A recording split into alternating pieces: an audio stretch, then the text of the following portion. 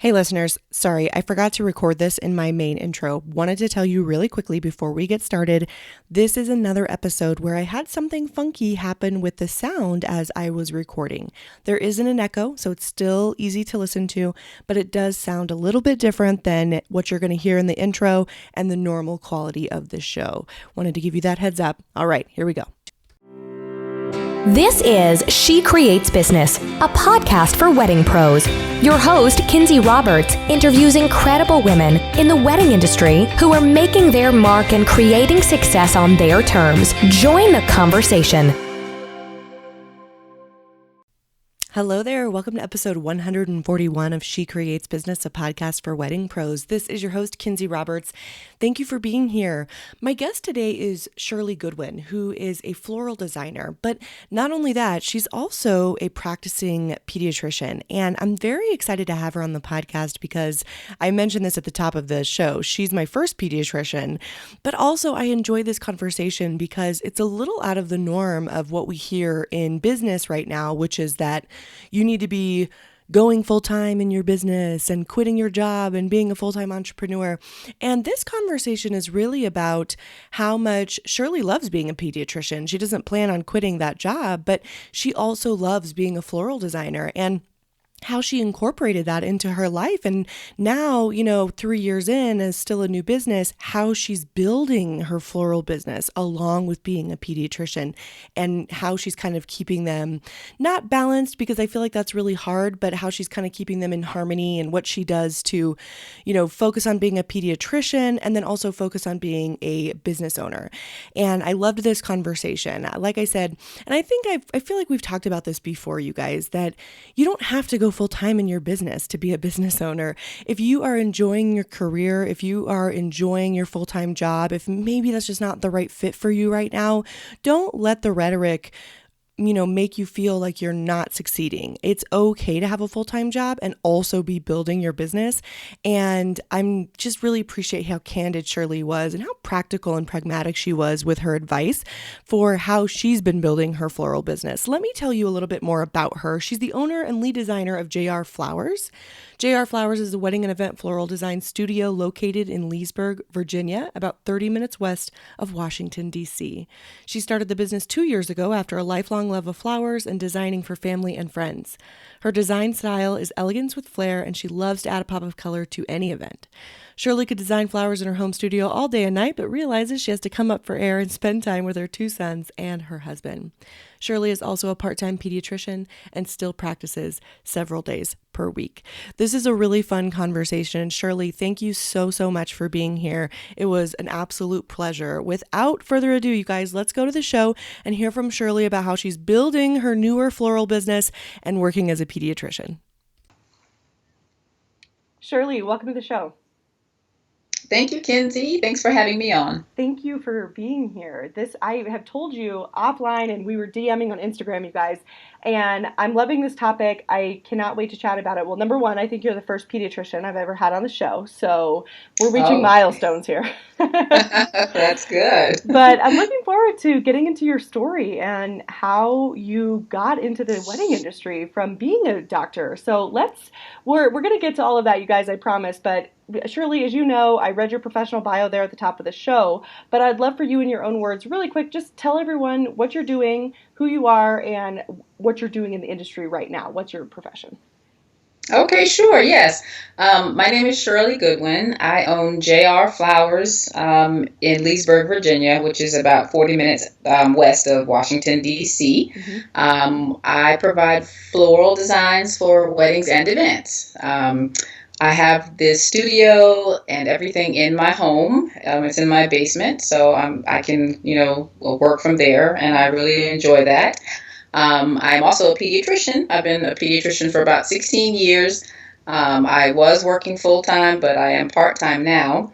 I've loved flowers for my entire life, going way, way, way back. And I would, just provide, flowers for baby showers and those types of events. But I, never thought I could, have a business with flowers because I was busy with school and college and, et cetera, et cetera. And then, after my kids got a little bit older and I had more free time, I started, dabbling with flowers a little bit more, just kind of getting back into it, getting more excited about them, and kind of learning a little bit about the, wedding flower industry. And then a few years ago, I guess about three years ago, I think, my husband had a business trip to Seattle, and I tagged along with him. And I went to the market they have out there, the Seattle market, The fish where market? they throw the fish and all Yeah. that fun stuff. And when I laid eyes on those flowers, I almost lost my mind because they have such beautiful flowers. And this was June, I think. So peonies were in season and they were just all over the place. And I just could not believe what I was seeing because I'd never been to a flower market before. And so every day I would go back to the market just to see the flowers. My husband was wondering, like, what are you doing during the day while I'm in meetings? Are you bored? And I'm like, no, I'm not bored at all. I'm having a great time.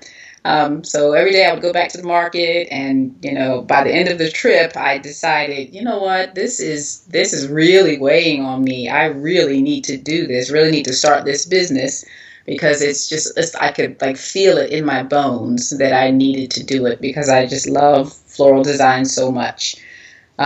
So once we got back from the trip, I kind of started, dabbling a little bit more. I made my Instagram page. I wasn't really on social media before this. So I got my Instagram going, and I thought to myself, oh, you know what I'm going to do? I'm going to post pictures of my flowers, and people will love that. Not realizing that, people were already doing that, and that was, I was just late to the party. But anyways, I started, to pick up a few little events here and there. Then I started networking a lot, kind of networking as much as I could on my days off or on weekends or evenings with venues, photographers, planners, that sort of thing. And little by little, the weddings started coming, and here we are, almost 3 years later. JR Flowers is kind of moving along. Yeah. Okay. So there's a lot to unpack there, and I have a ton of questions. Let me start with, you said you were interested in flowers all your life, which is fantastic. But I wonder, prior to going to Washington and going to the fish market with your husband, or while your husband was in meetings, had you thought before about starting a business, or did you really conceptualize that idea while you were in Washington, or had it kind of been a thought in your mind prior to that? Yes. It had been a thought in my mind for a few years, just kind of thinking like, oh, if I had a flower shop, what would it be like? What would I name it? But never, I never took any steps toward, doing that or opening a shop. But once I got there and I saw everything, that's when I really just, it just really opened my world up. Yeah. And I really came home after that trip and started planning. You said this is a thing. Like, these are fresh flowers that someone grew, they designed, they put in these cute paper covers. Yes. This is a thing. Yes, it was so beautiful, so amazing to me, and just the thought of designing with those flowers was just overwhelming for me. It just really was. I know people sometimes, think I'm crazy the way I talk about flowers, but I really just feel it. I feel it so much, the beauty of them and how they make other people so happy.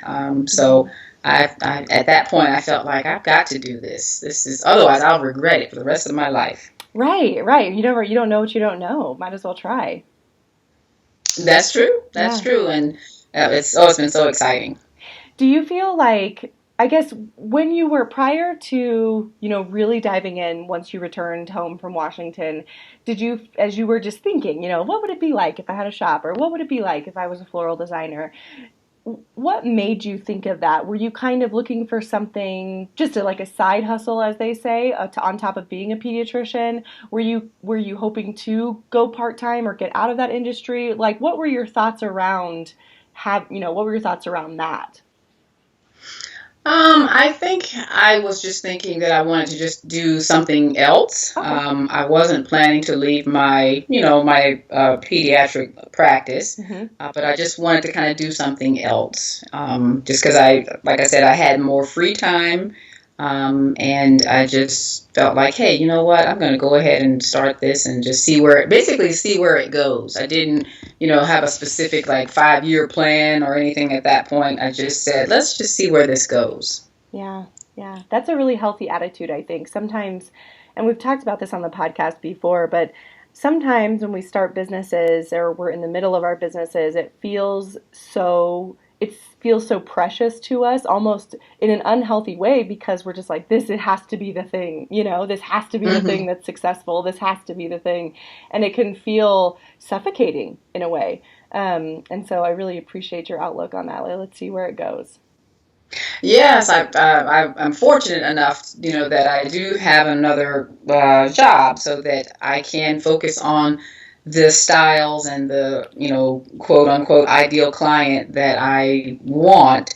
And I try to just, stay true to myself when I'm designing. I don't want to get to the point where I'm designing, arrangements or designing, installations that I don't like. Because then it can become a grind if you no longer love what you're doing. So I wanted to keep it special, and I want to love just about everything that I do. So I'm and I understand that people who are doing this full time, they have bills to pay, they've got to think about paying employees, et cetera, et cetera. So I respect that definitely, but it's just a different way of approaching it for me. Mm-hmm. And you also mentioned that once you got home, you jumped on Instagram, but you hadn't been on social media prior to that. So how did you know to get on social media? Just from, living in the world and knowing that it was a thing? Or tell me what your steps were. You know what I mean? Tell me how you conceptualize that. Yes, my husband, he and the rest of the world, had been on Facebook for years. So I would, look over his shoulder Yeah. at his Facebook account sometimes. But I'm kind of a private person, so I never really had any interest in, posting, and all of that. Yeah. But I did know about Instagram, and I knew that, sometimes people would get on there and promote themselves, things like that. So I figured, hey, if I can get the word out about my flowers on Instagram. And so that's why I did it. And I had a cute little name at first. My Instagram handle was Petal Lover, which loving this. I still love, but I ended up changing it to my business name, which is JR Flowers, just to kind of be consistent. Once I started the Facebook business page and the website, everything said JR Flowers, so everyone was telling me, well, you need to be consistent across all platforms. You don't want people to get confused about Petal Lover and JR Flowers. So I finally let go of Petal Lover and everything became JR Flowers. How did you branch out so you started Instagram and then you started your Facebook business page, you got a website. Did you know people who could help you with those things? Did you have to hire it out when you first got started, or did you do it yourself? What did that look like for you? Oh my gosh, yes. The website I absolutely had to hire out because I am not a tech savvy person. My husband is in the IT industry, so Nice. he helped me. Nice. He helped me a lot, and well, he still helps me a lot. But I did hire a professional designer to do my website, and she, kind of taught me little things to do, just make updates and things like that. But yeah, I'm not tech savvy at all. I still struggle with, the way you have to, wear all these different hats when you're, an entrepreneur. But I'm learning. I'm definitely learning. Yeah, as we all are. There's so many, everything changes so quickly. Even 3 years ago, Instagram was so different. Oh my gosh, yes. You know? Now your Instagram stories, Yeah. Instagram TV, and oh boy, it's Exactly. fun, but it's exhausting. There's a lot, exactly. Yeah, in 3 years, you and I could be having a totally different conversation. about our Definitely. websites. Like, oh yeah, now we're into virtual reality or whatever. Gosh, it's coming, people. It's coming. Okay, so tell me, the next thing you mentioned that I really wanted you to unpack for us, because I'm wondering if, because you were in a profession for many years before starting your flower business, if this felt easier or harder. But you mentioned that you really started networking a lot. Can you unpack that for us and tell us, kind of give us a few steps of really exactly what you did? Did you contact venues? Did you contact wedding planners? What did that look like for you, Shirley? Well, I would, find kind of newer businesses on Facebook, Mm-hmm. because I joined the Rising Tide Society, Oh, the smart. Facebook group on the Rising Tide Society, Oh, yeah. and so I would, chat with newer wedding professionals through there. And we would kind of meet up and talk about our businesses. I did a few styled shoots with those newer vendors, and so that kind of got us a little bit of recognition. But I would also just sort of try to search out venues that were newer in my area that maybe weren't really linked up with another florist. I would try to meet planners whenever I could. I'm still working on that. And then photographers, definitely, because everybody, it seems like everybody gets their venue and their photographer first, and then they kind of ask those folks for recommendations. So I kind of wanted to know some photographers and make some relationships with them. Mm-hmm.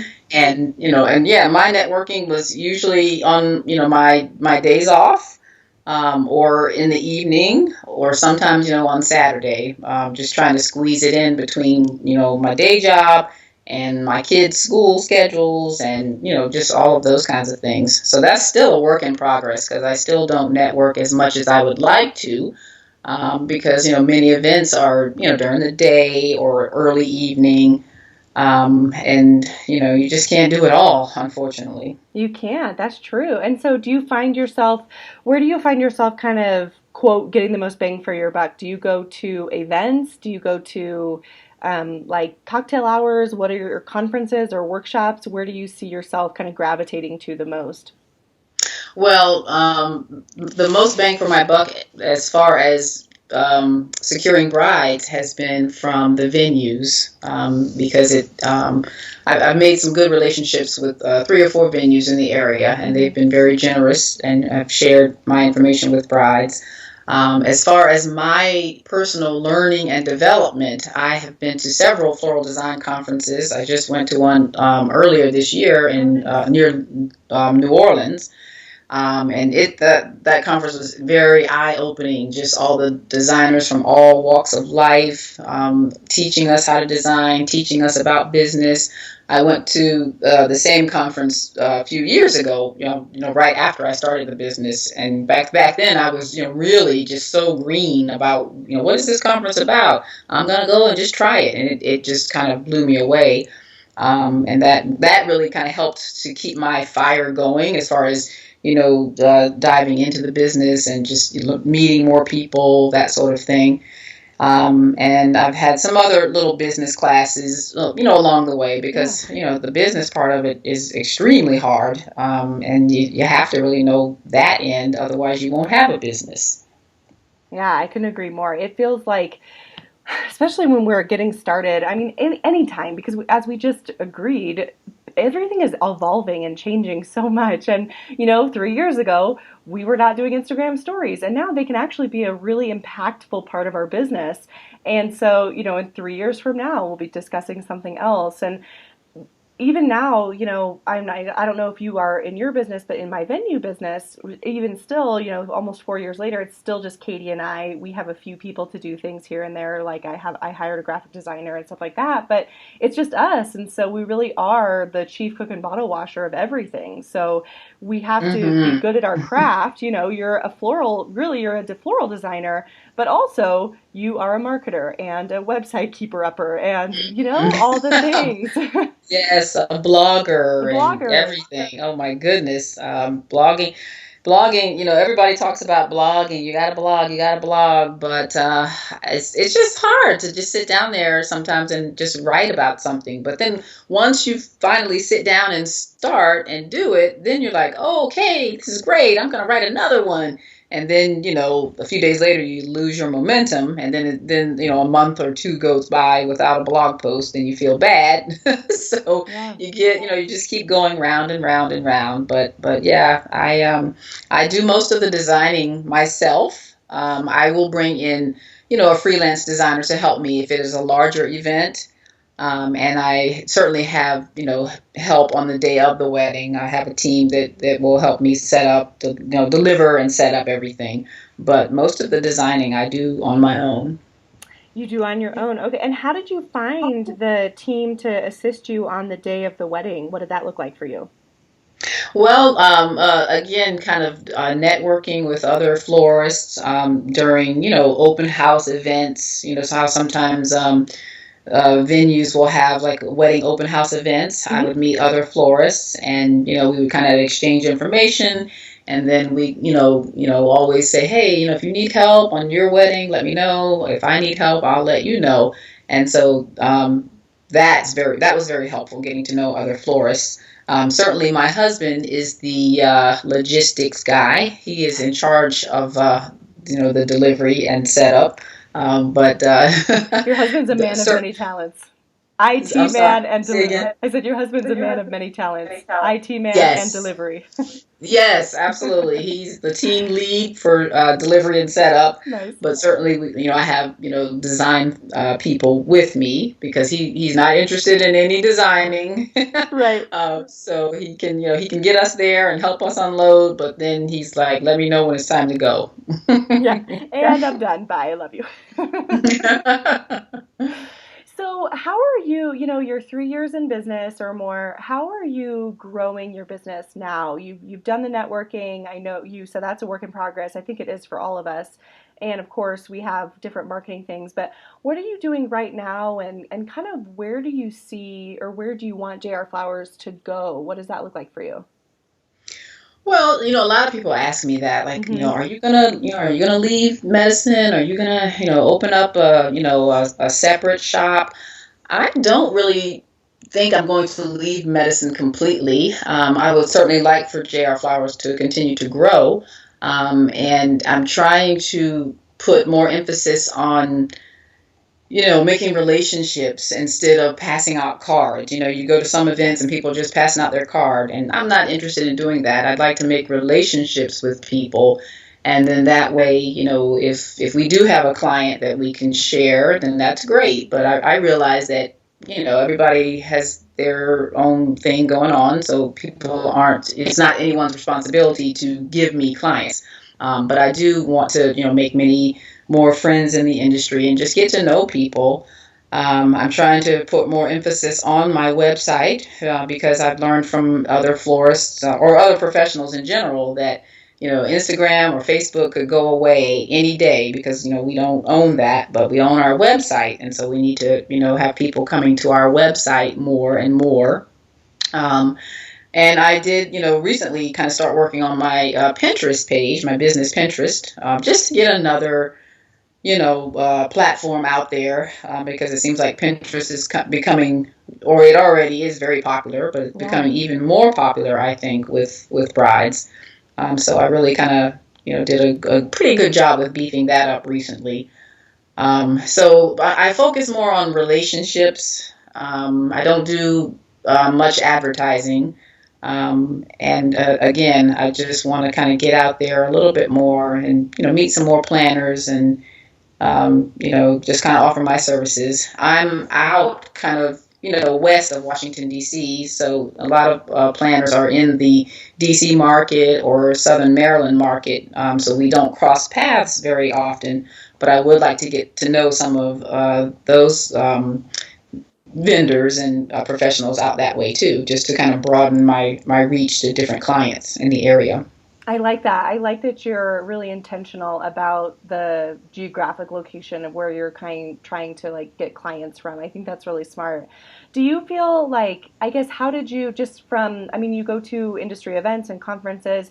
when did you decide to bring Pinterest on as part of your strategy and kind of divest your interests in multiple ways, which, again, really smart. How did you decide to bring Pinterest into the fold?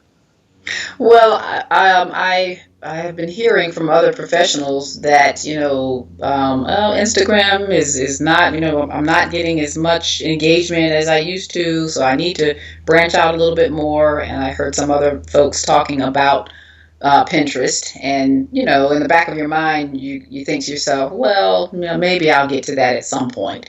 But then I also noticed a little bit of reduced engagement on Instagram, and so at that point I said, okay, well, let me see what this Pinterest thing is all about. So it was just this year that I started, beefing up my Pinterest page, posting videos, things like that, and we'll see how it goes. I haven't, I haven't booked a bride from Pinterest yet, but I have had a tremendous amount of engagement from Pinterest. So we will see how that works out. Nice. I like that. And by engagement, do you mean people like Pinterest referring traffic to your website? Yes. Repins and like your active users and stuff on Pinterest? Correct. Cool. Mm-hmm. That's really cool, especially since you just started it this year. And as we record it, it's only July.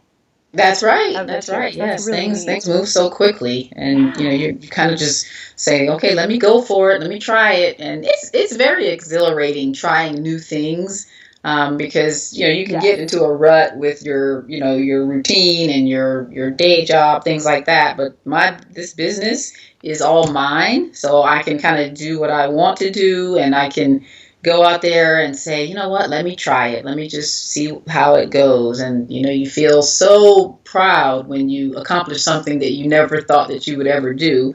And then you kind of have the confidence to keep going and trying newer things. It's very exciting to do that.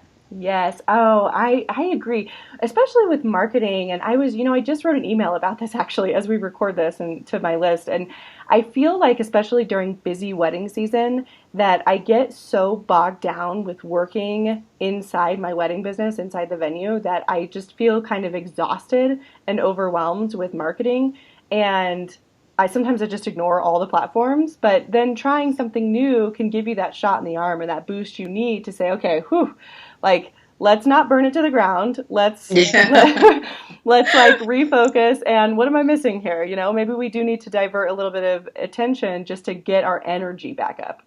Right. I think definitely, because again, anything can turn into a grind or turn into a rut, and so yes. You want to just keep looking for fresh ideas or new opportunities to kind of keep you going and keep the interest up. Yes. But yeah, sometimes especially in our area, wedding season, of course, April, May, June.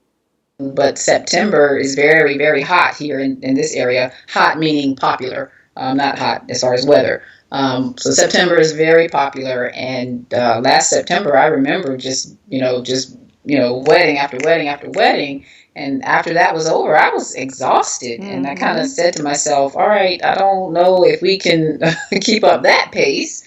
But it was a good learning experience, to go through that. Yes. Oh my gosh. Okay. I was just nodding my head like a little bobble doll. While you were saying that, because I went through that as well. We had a crazy May and June this year where we had like multiple weddings on a weekend, and I was like, oh. So July is our like super slow time because it is hot as far as weather is concerned here, and it was a good time to look back and say, ooh, I don't know if we can keep up that pace unless we're going to hire more staff. But yeah, it's a learning experience, and I wouldn't know that. I can't just assume what things are going to feel like. Exactly. You don't know until you have a few seasons under your belt, and then you can kind of plan for the upcoming season and say, okay, you know what, let me go ahead and bring in or contact some freelancers, get them on the schedule so that I don't kill myself like I did last fall. You're so right. You're so right. So practically speaking, what are you're a pediatrician, you're still doing that part-time along with all of the weddings you're doing. How are you, and I'm not going to say balance because I think everything is integrated, but how do you integrate your professional life as a pediatrician with your professional life as a floral designer, and what are you doing to keep those two things, or as much as possible, what are we doing to move everything to harmony? And, do you have any like organizing apps you like, and lists, or what do you do? Boy, I'm still striving for that. I try to, when I'm at my day job, when I'm with my patients, I try to just say, okay, this is not the time for flowers, and just sort of, kind of block that out. But it's hard to do because I'm always thinking about flowers, honestly, always. But I try, especially in the beginning of the week, Monday, Tuesday, there's not much going on as far as weddings. So I do really try to focus energy on my patients and, what I'm doing in the office on those days. I do my designing, on my day. Thankfully, my day off is Thursday. And so I usually get my flowers in on, Tuesdays or Wednesdays, and then I can start working on them in the evening and then all day Thursday. And depending on how big the wedding is, sometimes I might take a Friday off from work and, work on the wedding that day. But if it's not a very, very big wedding, then I can just work on it in the evenings. So I do a lot of kind of, switching hats. Like, okay, I'm a doctor. All right, I'm home. How's my family? Are they okay? All right, I'm going downstairs. I'm a florist. So I'm still kind of toggling back and forth. I don't really have a whole lot of advice for people on how to manage that. And you're right by saying, balance. It's never balanced. But you just try to split time and still see your family and your husband whenever you can. And again, my children are older. My sons are, 14 and 11. So they can keep themselves occupied. I don't know how people do it when they have little kids, but I see plenty of, floral designers with very young children, and bravo to them. But I'm thankful that my kids are older and they can kind of go make some dinner or, go outside or whatever while I'm designing, in the evenings. They know how to get their own snacks. Exactly. That is nice. That is nice. I'll tell you what. You can reach in the fridge. That's good. Well, and I agree. It's so, I feel I have kind of been leaning more towards this, just recently, is that it's not, and I'm not the first person to say this, I stole this from somebody else, but it is more of an integration and less of a balance because, like you mentioned, in September, you're more of a floral designer probably than you are in March. Or whatever month of the year that's slower for you. So you have, you're putting on that floral hat more than you are in other parts of the year. And that's kind of just, I feel like we have to have like give and take. And I feel like having maybe understanding that a little bit more could be healthier for all wedding professionals instead of being like, I need to be like super mom and super wife or super husband or super partner and be the best at my job. That's hard. It is. It is very difficult, and that's another reason why I try to be very intentional with the types of projects I take on, because I don't have a lot of time, and so I would rather have one or two weddings a month than one or two big ones a month than 4 or 5 very small ones that aren't necessarily my style, my design style, or my ideal client. Because of the time factor and just kind of trying to keep everything organized, it's so challenging. So I'd rather just sort of ramp myself up, once or twice a month and just give my all, than to do little small things all throughout the month where I'm kind of frazzled because I've got the kids and the business and my day job and all of that stuff. So absolutely. It's a challenge. It's a challenge. It is. And I think just recognizing that is, makes it not easier, but just says this is challenging and I'm just going to do the best I can. Exactly. Yeah. Exactly. You have to, just like I tell my kids, I don't expect you to, bring home the best grades all the time. I just want you to do your best. And so I'm just trying to do my best. That's so good. That's so good.